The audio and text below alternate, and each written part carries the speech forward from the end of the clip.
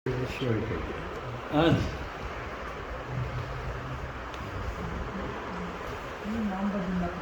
शौरी साहब, अनंता जी, धन्यवाद। एक और शाम आपके आश्रम पे हम लोग को मिली है और जाहिर है ये बड़ा एक्सक्लूसिव गेट टुगेदर, इसमें हम लोग आए हैं, बैठे हैं और बात शुरू कर रहे हैं।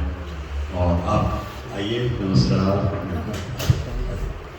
तो अभी आमद हो रही है क्योंकि आज की इस महफिल की जो खासियत है, जो खसूसियत है, वो ये है कि हमारे पास, हमारे बीच तमिलनाडु से बहुत कमाल के आर्टिस्ट आए हैं। रमेश गौड़ साहब, तो ऐसा कभी होता है कि एक इंसान में पेंटिंग का हुनर हो और दूसरे सिंगिंग का भी उनका कमाल है, जो भी गाया गीत उन्होंने।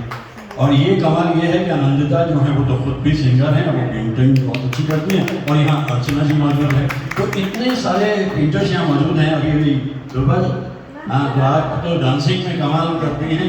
तो ये एक बड़ी एक्सक्लूसिव छोटी सी महफिल हमने सजाई है और इसका कोई मुद्दा नहीं, कोई उन्वाद नहीं, कोई मौजू नहीं। लेकिन मैं हमेशा एक बात कहता हूँ कि जब भी कभी हम महफिल को शुरू करें, मेरे हिसाब से एक रवायत है, मैं वहाँ से शुरू करता हूँ।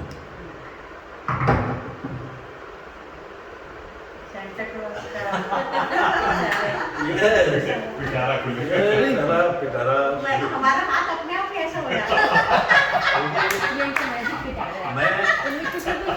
मैं तो सिर्फ माध्यम हूँ, चीजें कहीं से आ रही हैं, कहीं जा रही हैं। और इस बार रमेश जी के लिए हम ये बुक लेकर आए हैं। अभी ये पैकिंग में है, जब इसको बाहर निकालेंगे तो इनको ऐसे बुक दिखाई देंगे। और मैं अभी थोड़ी मुलाकात हुई है इनसे, बहुत ही कमाल के इंसान है भाई, इसमें कोई शक की बात नहीं। एक बार इनके घर भी चले जाएंगे। हाँ हाँ, बहुत शुक्रिया, धन्यवाद। आप इसमें रख के ले जाएंगे क्योंकि आपने जाना है तमिलनाडु। तो लेकिन ये महफिल ना होती अगर इसमें शौरी साहब और आनंदिता ये होस्ट ना होते, तो आज मैं बुद्ध के बारे में, तो बुद्ध चारों तरफ है, नाम शुरू है। और मुझे देखिए, अब बेंगलोर में एक नई रवायत शुरू हुई है कि मुझे पहले कहते थे गिफ्ट मत लेके आना। भाई गिफ्ट लेके आए ना लेके आए, वो हमारी मर्जी है ना। तो आनंदता, ये क्रिस्टल आपके लिए, शौरी साहब ये क्रिस्टल है इस बार, और मैं बुद्ध तो यहाँ और मेरी काम शुद्ध, तो ये भी नहीं। एक स्टैंड अपना बुद्ध का बना लो। हाँ, अगली बार मैं फिर वो करूँगा। तो ये जो शाम है बड़ी खूबसूरत है, और इस खूबसूरत शाम को, इससे पहले कि मैं अपना योगदान दूं, मैं कलम भेंट कर देता हूँ सबको पहले। हमने बोला ना ये कलम मैं इसलिए पिछली बार मिल गया, अभी लिखना चालू नहीं किया।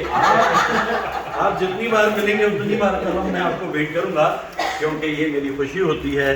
तालीम की दुनिया में 50 बरस बिताकर जो मैं दुनिया के लिए कर सकता हूँ, यही है कि मैं कलम भेंट करूँ, और वही मैं कर रहा हूँ। दुआ जी आपके लिए, शौक सर। और आज कोई मौजूद नहीं, कोई मुद्दा नहीं, कोई उन्वान नहीं, और मैं जो अपनी बात कहना चाहूँगा, मुझे तो सुनने में बड़ा मज़ा आ रहा है भाई। देखिए, मैं अब सुन चुका सबको, क्योंकि विशु जी तो इतना खूबसूरत अंदाज में गाते हैं, और हमारे जो कर्नल साहब, मैं सोचता हूँ कि फौज को किस तरह से मन लगाए रखते होंगे आप। और ये शाम बड़ी खूबसूरत बनती चली जा रही है। अगर मुझे कुछ कहने की बात उठती है कि मैं क्या कहूँ, तो मैं अक्सर अभी तक पिछले काफ़ी अर्से से हम एक थीम ले लेते थे।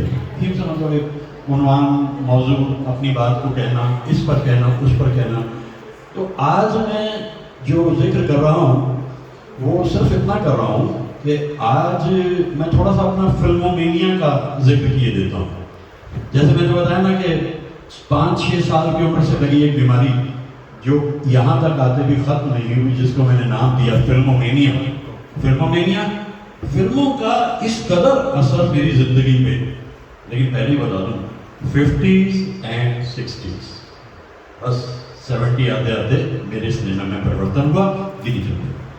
तो आज मुझे जो याद आ रहा है, क्योंकि मेरे दोस्त अब तक इस बात को जान चुके हैं कि सुबह सुबह मैं ब्यारे शहर बहाता हूँ। ब्यारे शहर का मतलब हुआ अपनी बात कहता हूँ, कुछ भी कहता हूँ, चाहे किसी फिल्म आर्टिस्ट के बारे में, किसी कलाकार, सिंगर के बारे में।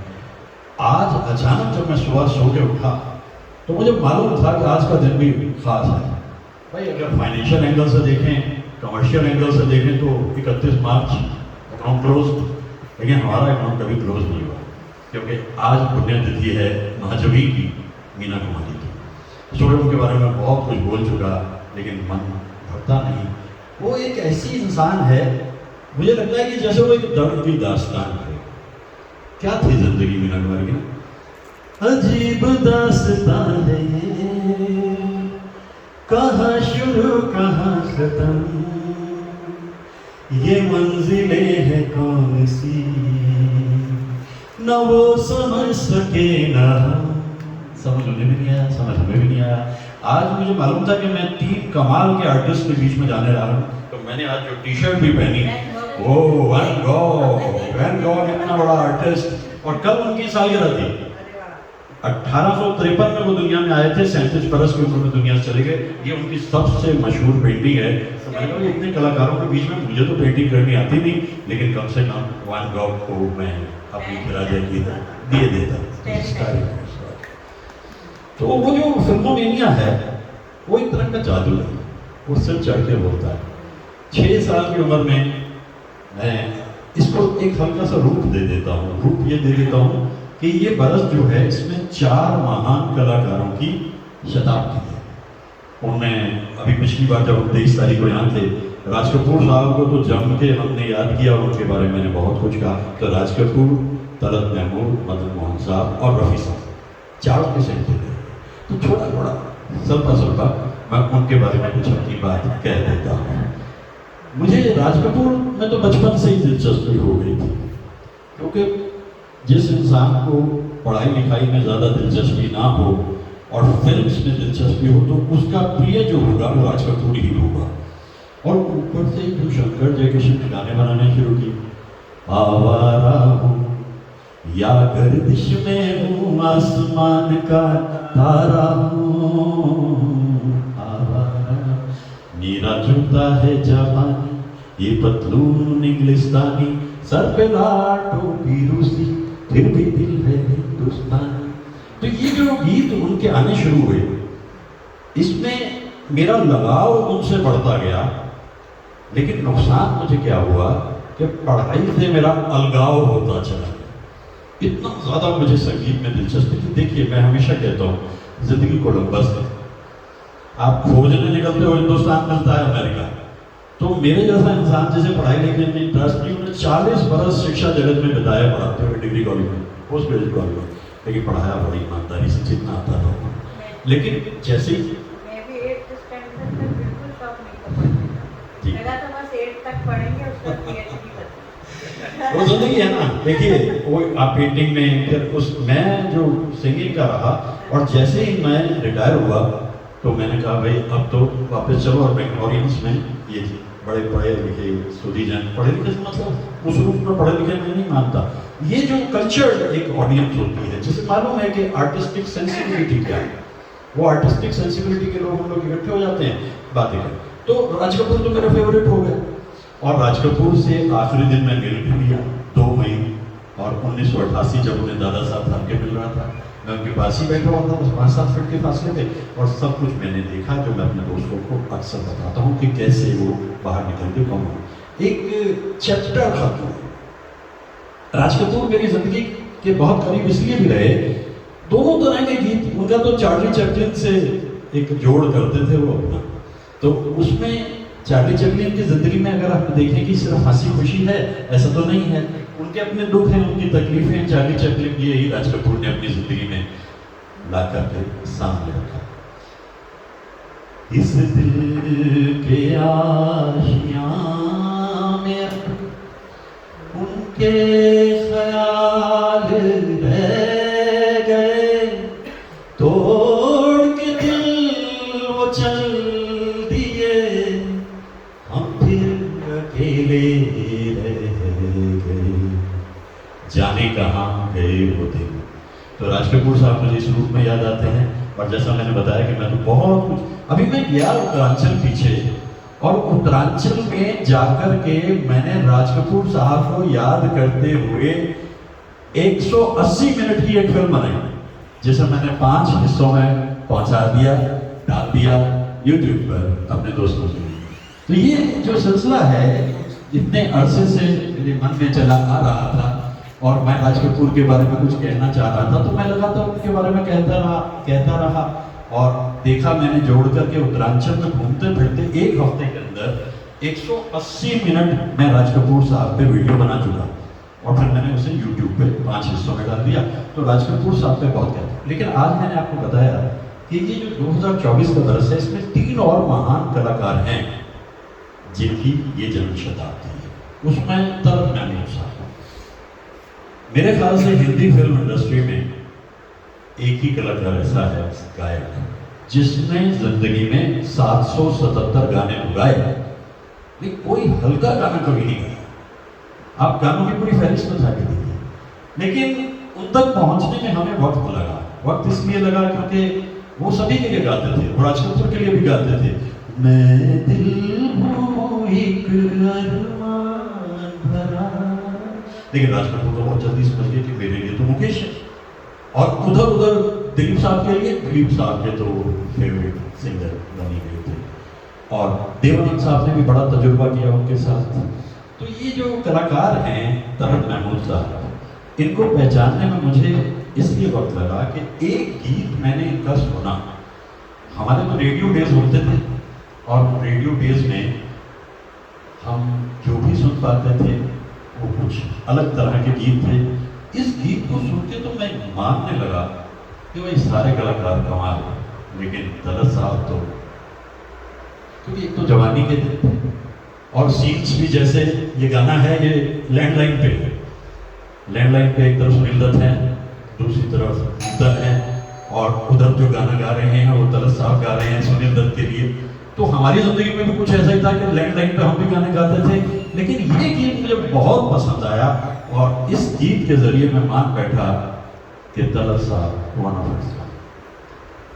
जब तलक ना ये तेरे रस के भरे होठों से मिले, यूं ही आवारा फिरे गए तेरी जुल्फों के तले, गाए जाऊंगा यही गीत मैं तेरे लिए, जलते हैं जिसके लिए।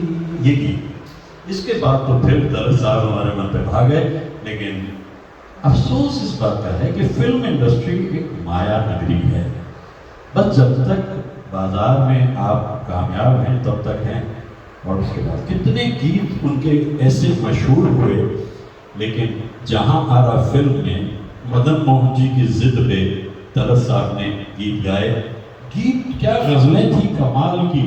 फिर वही शाम, वही गम, वही तन्हाई है, दिल को बहलाने तेरी याद चली आई है। इस गजल का दर्द बस तलत साहब। मैं हमेशा एक बात कहा करता हूँ, देखो भाई मैं तलत साहब के गाने तो गाता हूँ, लेकिन मैं कभी जुर्रत नहीं करता कि मैं तलत साहब की तरह गाने की कोशिश भी करूँ। Nobody can do it। Talat साहब की इकलौती आवाज़ है।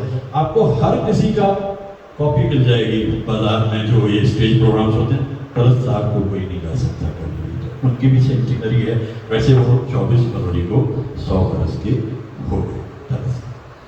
तो उसके बाद संगीत की दुनिया में जब मैंने और नज़र दौड़ाई तो मुझे मदन मोहन जी थोड़ा देर से दिखाई दिए, क्योंकि मदन मोहन जी को समझना इतना आसान नहीं था, क्योंकि जो गीत और गजलें उन्होंने लता जी के लिए बनाई वो कमाल। और मेरे तो फेवरेट सिंगर मुकेश साहब थे, और जब मैं 1973 में मुकेश साहब को रूबरू शिमला में 2 रातें सुनाया तो वो तो मेरे मन में बैठ गए मुकेश साहब।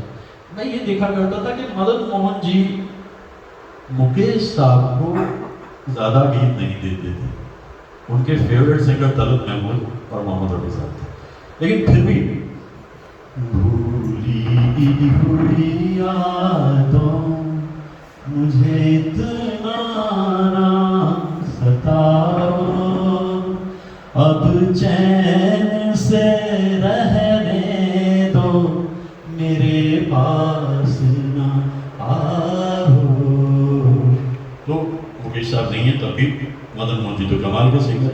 1973 में जनवरी के महीने में मैं बॉम्बे में एक घर में बैठा हुआ था, लैंडलाइन का ज़माना, जैसे मैंने कहा एक फ़ोन आया और उधर से जो दोस्त थे उन्होंने कहा देखना कौन है, मैंने देखा तो उधर से आवाज़ आई, वो हैं साहब घर पे? नहीं साहब वो तो नहीं है। तो आप कौन सा? मैं मेहमान हूँ जी। अच्छा कह देना जब आए कहना कि मदन बोल रहे थे। तो उनने जो मेहमान थे उन्होंने कहा अच्छा मदन मोहन जी का फ़ोन था। तो मैं ये सोच के खुशी से झूम उठता हूँ कि फ़ोन पे ही सही, एक पल को ही सही मैंने मदन मोहन जी की आवाज़ सुनी थी। वो बड़े कमाल के म्यूज़िक डायरेक्टर थे। जब वो उदास गाने बनाते थे तो उदासी में बिल्कुल इंसान डूब जाता है। और आपके पहलू में आकर रो दिए। लेकिन जब वो मस्त गाने बनाते थे और उनकी जो जोड़ी बनी वो लता जी के साथ। मदन मोहन जी दरअसल फिल्म इंडस्ट्री में जब आए थे वो म्यूजिक डायरेक्टर बनने नहीं आए थे, वो तो सिंगर बनने आए थे। और पहली फिल्म जो मिली उसमें लता मंगेशकर जी के साथ मदन मोहन जी को एक ड्यूएट मिल गया और वो भाई बहन का ड्यूएट था। तो लता जी ने तो कह दिया मदन से देखो भाई आज से हम भाई बहन हैं। और मदन जी ने कह दिया मैंने सिंगर बन के रहना नहीं है, मैंने म्यूजिक डायरेक्टर बनना है, मेरी फिल्म में आप गाएंगी। ये इत्तेफाक था कि पहली फिल्म जो आंखें आई मदन मोहन जी की उसमें लता जी ने, लेकिन उसके बाद आप देखिए जो भी गीत आप मदन मोहन जी का सुनेंगे लता जी के साथ में, जो हमने दास्तां अपनी सुनाई आप क्यों रोए। अब इसमें क्या होता था कि अगर किसी जगह आवाज को घुमाना फिराना है तो मदन मोहन जी ने लता जी को पूरी छूट दी थी। जो आप बेताब दिल की तमन्ना यही है। अब इतने सारे गीत हैं, बल्कि देखिए दोस्ती रिश्ता कितना गहरा होता है। मदन मोहन जी इतने टैलेंटेड, अभी हम बात कर रहे थे, मैंने कहा काबिलियत और कामयाबी की बात कर रहे थे, इतने काबिल संगीतकार। बस जिंदगी में एक पुरस्कार मिला उन्हें, दस्तक पे नेशनल अवार्ड मिला बस फिल्म में। 1964 में जब वो कौन थी के गाने बनाए मदन मोहन जी ने, अपने मन में उन्होंने मान लिया था चलो वो अकाल टूटेगा और इस बार फिल्म फेयर का अवार्ड तो पक्का अनाउंस हुए अवार्ड। और वो मदन जी को नहीं मिला, वो मिला दोस्ती को, डिफिटिंग, वो भी कमाल लक्ष्मीकांत पे।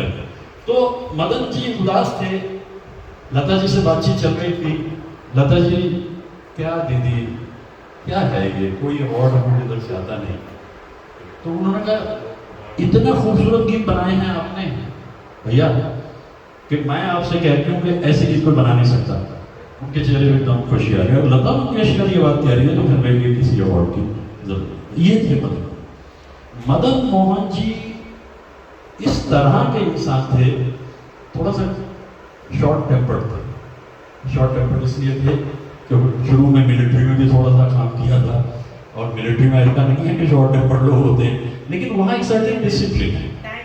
जहाँ डिसिप्लिन टूटेगा, अब देखिए एक बार किसी ने देखा कि पट्टी बंधी हुई है मदन मोहन जी के हाथ पे, तो किसी ने पूछा भाई ये क्या हुआ, क्या है भाई, रिकॉर्डिंग चल रही थी और वो शीशा लगा होता है ना पीछे, उधर की तरफ म्यूजिक डायरेक्टर है, उधर पसंद बैठे, तो किसी ने एक सुर उल्टा लगा दिया और मदन मोहन जी ने जोर से शीशे लगा।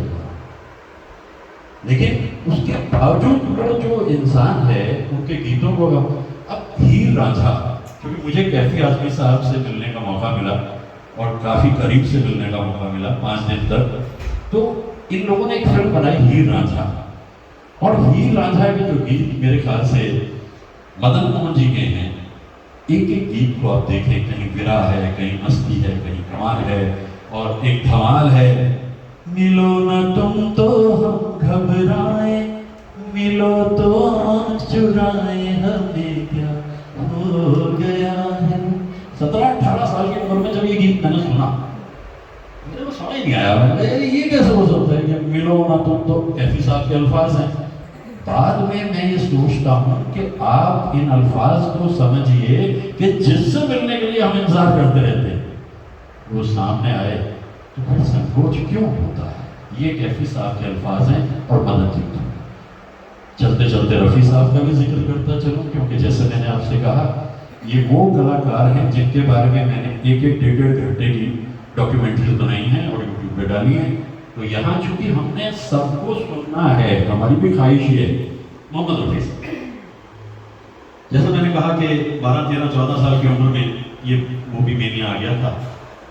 जो पढ़ाई की किताबें हैं उनकी बजाय मुझे बड़ी खुशी होती थी कि फिल्मी मैगजीन, युग छाया, रंगभूमि, सुषमा, उनको हम देखते। तो मैं रफ़ी साहब के बारे में जब भी देखता था तो उसमें लिखा होता था कि 24 दिसंबर 1924 को मोहम्मद रफ़ी साहब कोटला सुल्तान सिंह में पैदा हुए थे। बहुत दिन तक तो मैं टालता रहा और एक दिन मैं कोटला सुल्तान सिंह पहुंचा। मेरी खुशी ये रही कि मैं जब वहाँ पहुंचा तो मैंने वहाँ कुछ बुजुर्गों से बात की, बल्कि मैं उस स्कूल में भी चला गया जिस स्कूल में मोहम्मद रफ़ी साहब ने बस 3री 4थी क्लास तक पढ़ाई की थी। और फिर इनका परिवार जो है मैंने बहुत उसका एक वीडियो बहुत बड़ा बनाया जो मैंने यूट्यूब पे पोस्ट किया। यहाँ तक कि कोटला सुल्तान सिंह के लोगों ने उस पर कमेंट करते हुए कहा, जनाब इतना बढ़िया बनाया है, तो मज़ा आ गया देख के। क्योंकि रफ़ी साहब का 1955 का जो गाना है वो मेरी ज़िंदगी से इसलिए ताल्लुक़ रखता है। यहाँ बेंगलोर में तरह तरह के बड़े कमाल के लोग हैं। एक बहुत ही समझदार पढ़ी लिखी इंसान डॉक्टर इफ़त फरीदी ने कहा कि मैं आपकी ज़िंदगी पे एक पुस्तक लिख रही हूँ, बायोग्राफी आपकी, मेरी ज़िंदगी। और उन्होंने उसका नाम क्या दिया, गाता जाए बंजारा। वो किताब अमेज़न पे चली गई और खूब पैसा उससे आया। वो हमने ज़रूरतमंद बच्चों में तकसीम कर दिया, उनकी पढ़ाई लिखाई की। बस्ती बस्ती पर्वत पर्वत गाता जाए बंजारा, लेकर दिल का एक तारा। वो बंजारे की मेरी जिंदगी का हिस्सा बन गई, कब बन गई मुझे मालूम ही नहीं। अब मैं चलता रहता हूँ, उड़ता रहता हूँ, फिरता रहता हूँ, घूमता रहता हूँ, गाता रहता हूँ। और मेरी खुशी ये कि मेरे मित्र कमलजीत के जरिए मुझे फिल्म इंडस्ट्री के उन लोगों से मिलना भी हो गया जिन लोगों से मिलने की ख्वाहिश मेरी हमेशा रहती थी। कैफी आज़मी साहब, गुलजार साहब, देवानंद साहब और अपने राज कपूर साहब और न जाने कितने लोग थे। उन सबसे मैं बैठ के बातचीत कर सका, ये मेरे जीवन का एक बहुत बड़ा सुख है। तो रफ़ी साहब की वो तो आप बयान ही नहीं कर सकते वो इंसान क्या है, फरिश्ता कहते हैं। मैंने जब मैं घूम रहा था उस स्कूल में तो मुझे हेडमास्टर साहब ने कहा, देखो जी एक नई बात बता देता हूँ आपको। पहले तो मैं उस क्लास में गया, 3rd या 4th में जहाँ वो पढ़ते थे, मैं उस सीट पे बैठा क्योंकि उनके दादाजी हेडमास्टर थे। उन्होंने बता रखा था कि रफ़ी साहब यहाँ, उनका बचपन का नाम था ठीको। ठीको जैसे घर में कुकू बिट्टू होते हैं तो उसी तरह से वो ठीको। तो उसने कहा कि यहाँ बैठते थे, लेकिन जाने लगे जब परिवार यहाँ से तो सारे दोस्त उदास हो गए। और 11 साल के ठीको ने कहा, देखो मुझे याद रखना क्योंकि मैं लाहौर जा रहा हूँ, अब आऊँगा नहीं वापस इधर। पेड़ों के ऊपर मैं नाम लिख के चला जाता हूँ, ठीको। उन्होंने ऐसी आवाज जो झरने की तरह बैठती, जवानी आए मस्त मस्त बिंदी। अब ये शम्मी कपूर ने तो एक्नॉलेज किया कि अगर मैं फिल्म इंडस्ट्री में टिका सिर्फ 2 वजह है, मेरा अपना कोई फन नहीं। मेरी तो 12 फिल्में पहली बार टिक गई थी, मोहम्मद रफ़ी और कश्मीर। तो मोहम्मद रफ़ी साहब की आवाज़, लेकिन जब वो दर्द के गीत गाते थे उसमें तो आप सोच भी नहीं सकते कि एक इंसान जो इतना हर वक्त मुस्कुराता रहता है, उनको लक्ष्मीकांत प्यारेलाल ने 1965 के ज़माने में गीत दिया। रफ़ी साहब ये गीत बहुत दर्दीला है और इस दर्दीले गीत को आपने गाना है। रफ़ी साहब को वक्त नहीं लगता था, बड़ी जल्दी वो चीज़ों को समझ जाते थे। बेनूर मेरी आँखें और दूर का सफर है, उठते हैं पाँव लेकिन गिर जाने का भी डर है, पर काट के किसी के परवाह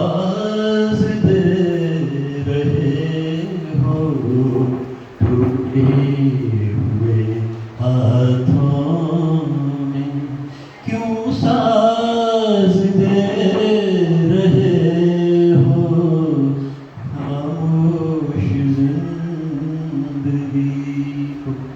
ये रफी साहब और सातवें कितने इतनी इबादत पर स्पिरिचुअल है इंसान कि जब शुरू के दौर में उन्होंने कुछ भजन गाए तो लोगों को यकीन नहीं आया कि मंतर पर हरि दर्शन हुआ। वो दुनिया के रखवाले, इंसाफ का मंदिर है, ये भगवान का घर है और सुख के सब साथी दुख में।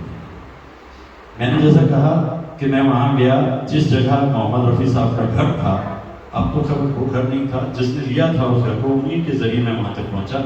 उस मिट्टी को छू करके मुझे ये लगा कि कभी यहाँ एक फरिश्ता आया था। और मोहम्मद रफ़ी साहब से किसी ने पूछ लिया था कि भाई ये बताओ कि आपको गाने का शौक कैसे हुआ? सादे से परिवार से थे, कैसे हुआ?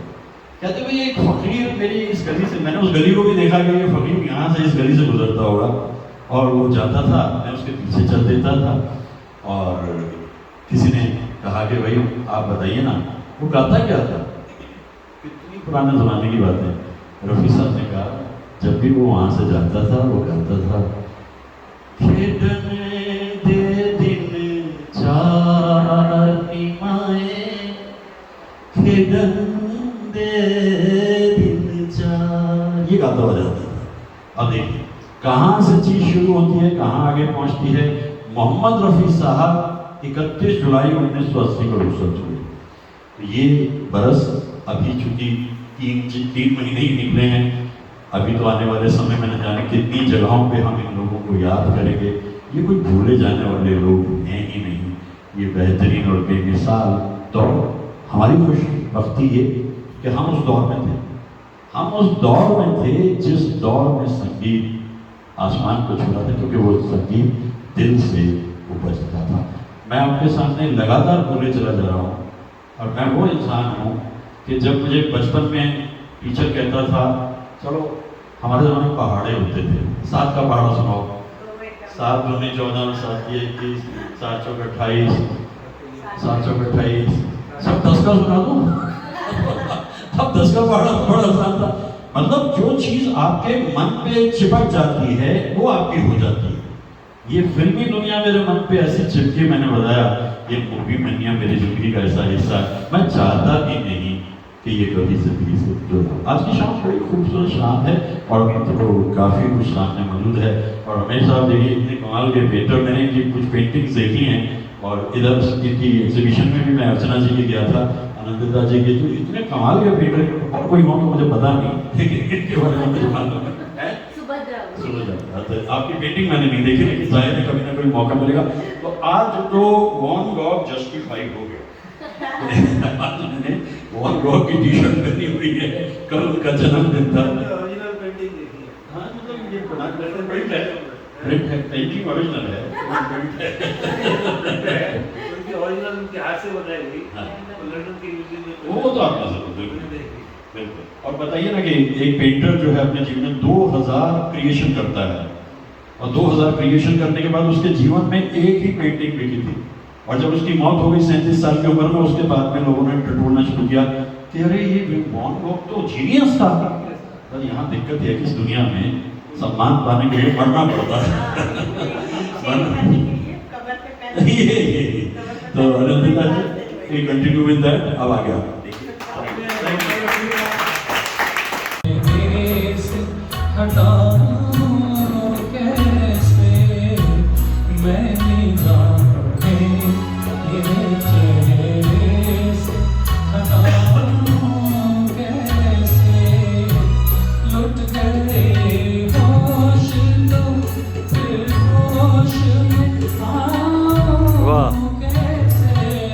वाह,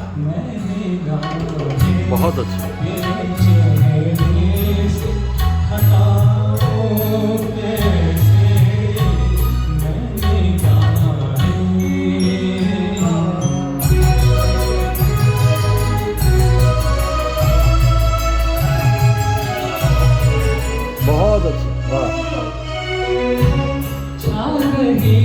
की तेरी महकी हुई जुल्फों की कटार तेरी आँखों ने वाह जी वाह तेरी आँखों ने पिघारी तो मैं पीता ही गया तौबा तौबा तौबा तौबा तौबा वो नशा है कि बताऊं कैसे मेरी राहें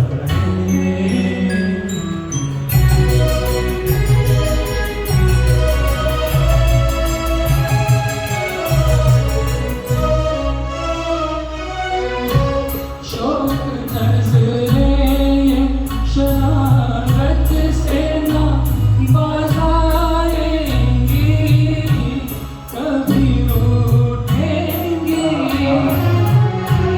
कभी रूठेंगी कभी मिलके पलट जाएंगी तुझसे मिल जाएंगी निभ जाएंगी तुझसे निभ जाएंगी मैं इनसे निभाऊं कैसे मैंने राहें तेरे चेहरे से हटाऊं कैसे लुट गए होश तो फिर होश में आऊं कैसे मैंने राहें तेरे चेहरे से हटाऊं कैसे मैंने राहें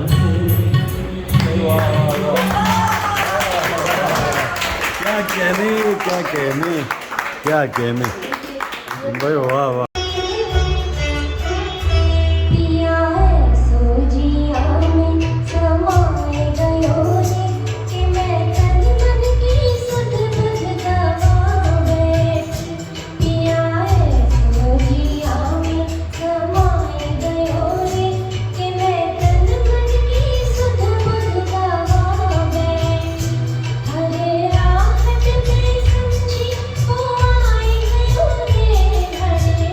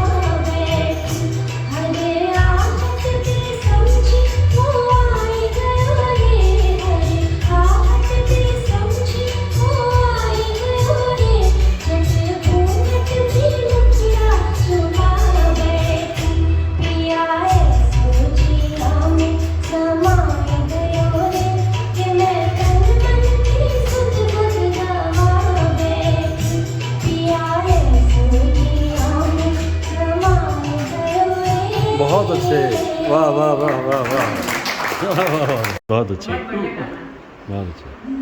तुम्हें देखती हूँ तो लगता है ऐसे कि जैसे युगों से बहुत अच्छा, वाह वाह।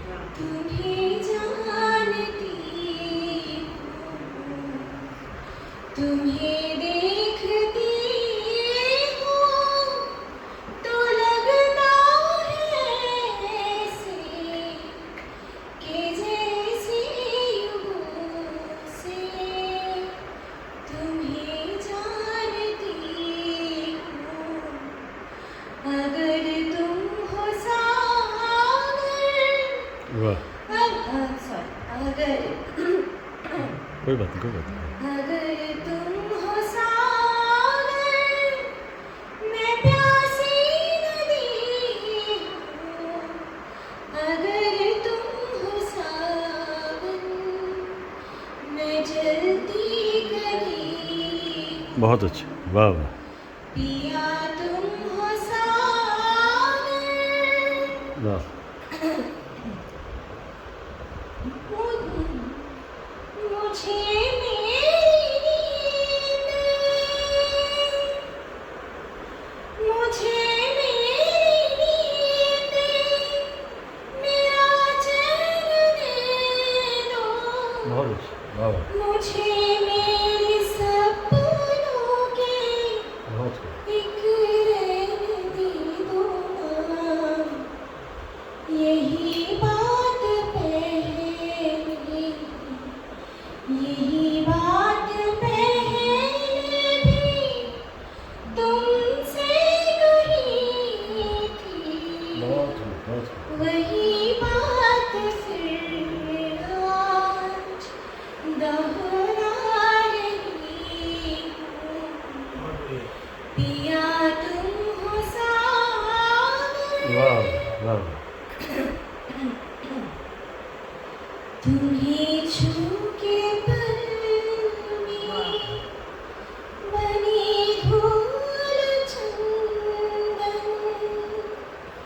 तुम्हें छू के पल में बनी धूल चंदन, तुम्हारी महक से बहुत खूब। महकने लगे तन, महकने लगे तन। मेरे पास आओ, मेरे पास कोई बात आओ, गले से लगाओ। पिया और तुमसे मैं क्या चाहती हूँ, तुम्हें देखती हूँ। बहुत अच्छा है, बहुत अच्छा।